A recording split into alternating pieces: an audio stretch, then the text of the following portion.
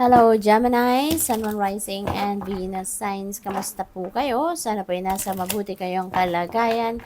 Welcome back po sa Star Tarot. At kung bago kayo rito, welcome din po kayo. Please subscribe, like, share my videos, and leave me a comment po kung nakaresonate kayo. And this is a timeless reading po, the next 48 hours since mapanood or mapakinggan ninyo yung mga mensaheng ito, it may or may not resonate with you though. Kaya, kunin nyo lang kung anong sasakto po sa inyong sitwasyon. Okay? So, first message ninyo ay the Magician, the Angel of Magic, no? Nandito para suportahan ka, tulungan ka, gabayan ka, sa kung ano na yung mga gusto mong gawin sa ngayon, sa mga bagay na you're going to take action on, nandiyan siya para suportahan ka, no? Kasi may mga binabala kang gawin sa ngayon, at matagal nang siguro na plano mo yan, pero for whatever reason, baka nagpo-procrastinate ka in the past, hindi mo magawa-gawa, for whatever reason, baka natatakot ka, or baka hindi ka nagtitiwala sa plano mo, sa kakayanan mo, pero ngayon, parang decided ka na, na mag-take action na because you are you are recognizing the opportunities and possibilities around you, na alam mo na ito na yung tamang panahon para i-carry out mo na kung ano man yung mga pinaplano ninyo or plinano ninyo noon pa, so good luck sa'yo. We have 9 of Pentacles. Wow, napakaganda. No? This is comfort. And yung comfort na to, this is financial comfort. Gemini, finally, you are going to experience financial comfort, abundance, prosperity, financial freedom. Mapapaisa iyo na din sa ngayon. Yung bunga ng inyong pagsisikap. This is the fruit of your labor coming your way. Kaya magkakaroon ka na dito ng abundance, ng prosperity, kagaanan, pagdating sa inyong kaperahang aspeto. Ito na yung reward ninyo, financial reward makukuha mo na dahil sa sipag at tiyaga na ginawa ninyo. So parang accomplishment ninyo to, kaya siguro kayo magsisimula na ng panibagong ganap sa buhay because you are inspired, diba? And motivated kasi ito na nga ang bunga ng inyong pagsisikap na ginawa in the past. Finally, 'di ba, nagbunga na, nagkaroon na ng reward. Kaya siguro ito na, hindi na kayo magpapatumpik-tumpik pa. May opportunity ka na, hindi ka na magpapamamaya-maya na or magpapabukas pa, mas na-inspire ka at na-motivate ka dahil dito. So you're ready to take action. We have the Moon. Ayan, Angel of Dreams.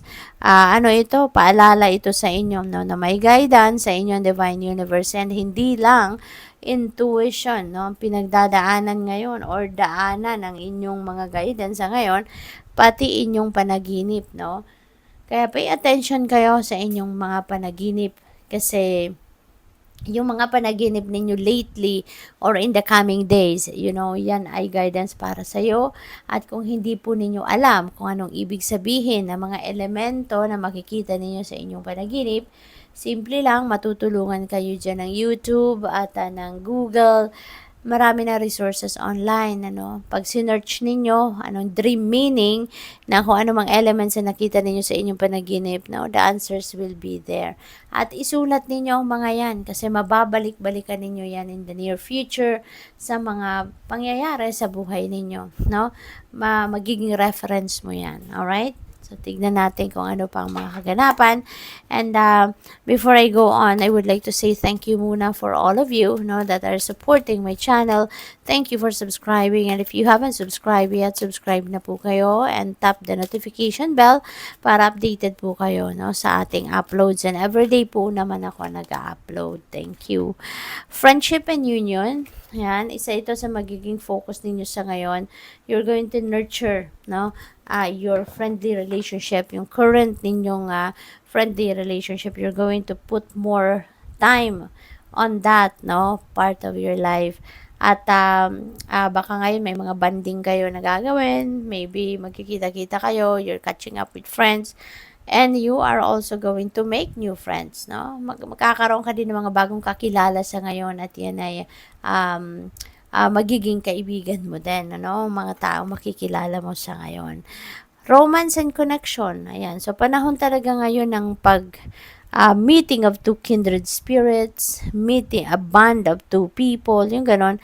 So, panahon ito ngayon ng connection ninyo, no? Connection ninyo sa mga kaibigan, connection ninyo sa in love, yung ganon. So, kasi baka magkakaroon din kayo ng bagong relasyon sa ngayon na romantic relationship, lalo-lalo kung kayo ay single pa, no? Baka ngayon ay magkakaroon kayo ng ng bagong jowa, yung ganon, or makakakilala kayo ng bagong jowa, yung ganon, no? So, good luck sa iyo. And before I continue, no, maalala ko lang, I would like to say hi to our beloved channel member na si at Alexander Turalba 3777. Hello po.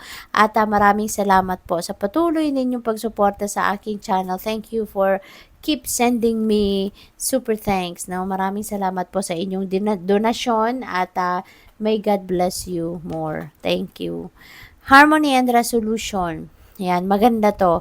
Kasi baka ang iba sa inyo nagkaroon ng away with someone, or baka nagkaroon ng misunderstanding, or baka may gap kayo, may communication gap kayo ng sino man, may tampuhan, yung ganon. But now, you are going to find a peaceful resolution, Magkakaroon na yan na resolution, magkakausap na kayo at magre-reconcile at magbibigay kayo, Maganda rito, mag-uusap kayo ng maayos at bibigyan ninyo ng isa pang pagkakataon ng inyong relasyon, anumang klase ito ng relasyon, bibigyan mo ng pagkakataon ng mga sarili ninyo dito para maayos ang inyong relationship, At magsisimula kayo ng bagong chapter dito. More harmonious, more loving kayo sa bawat isa. So, good luck sa'yo. And kung interesado po kayo, Gemini, na mag-member po, mag-join sa membership, na meron join button po sa baba ng video. Click nyo lang po yan. At salamat, sa suporta ninyo. Salamat sa mga hindi nag-skip ng ads din. Thank you for your support. Bliss is worth creating from. Ayan. So, happiness is a choice, 'di ba? Bliss is a choice, Kung gugustuhin niyo na maging masaya kayo, kung gugustuhin niyo na maging joyful kayo, it's a choice, Kagustuhan niyo 'yan. You are free to create your own bliss. You are free to create your own happiness. Hindi naman ninyo kailangan na ilagay yung susi ng happiness, 'di ba, sa bulsa ng iba, kumbaga, because ninyo 'yan. Kumbaga, nasa sa inyo yan. 'Di ba? Kayo ang tanging nakakapagdesisyon kung ano ang gusto ninyong maramdaman. 'Di ba? So, kung anong direction ang gusto ninyong tahakin, something like that. Change maker, make waves. Ayan. So, mayroong rito, pagbabago na gagawin kayo. Meron ditong pagbabago na gusto ninyong gawin, gusto ninyong isakatuparan sa buhay ninyo, yung gano'n, It could be in any area of life, depende sa inyong sitwasyon, but handa na kayo sa isang pagbabago. We have, what's your honest truth? Ayan, so parang magandang tanungin ito sa sarili ninyo when you wake up in the morning, or even before na matulog kayo, depende sa kung kailan kayo nagmumuni-muni, tanungin ninyo ang sarili ninyo, what's your honest truth? Okay?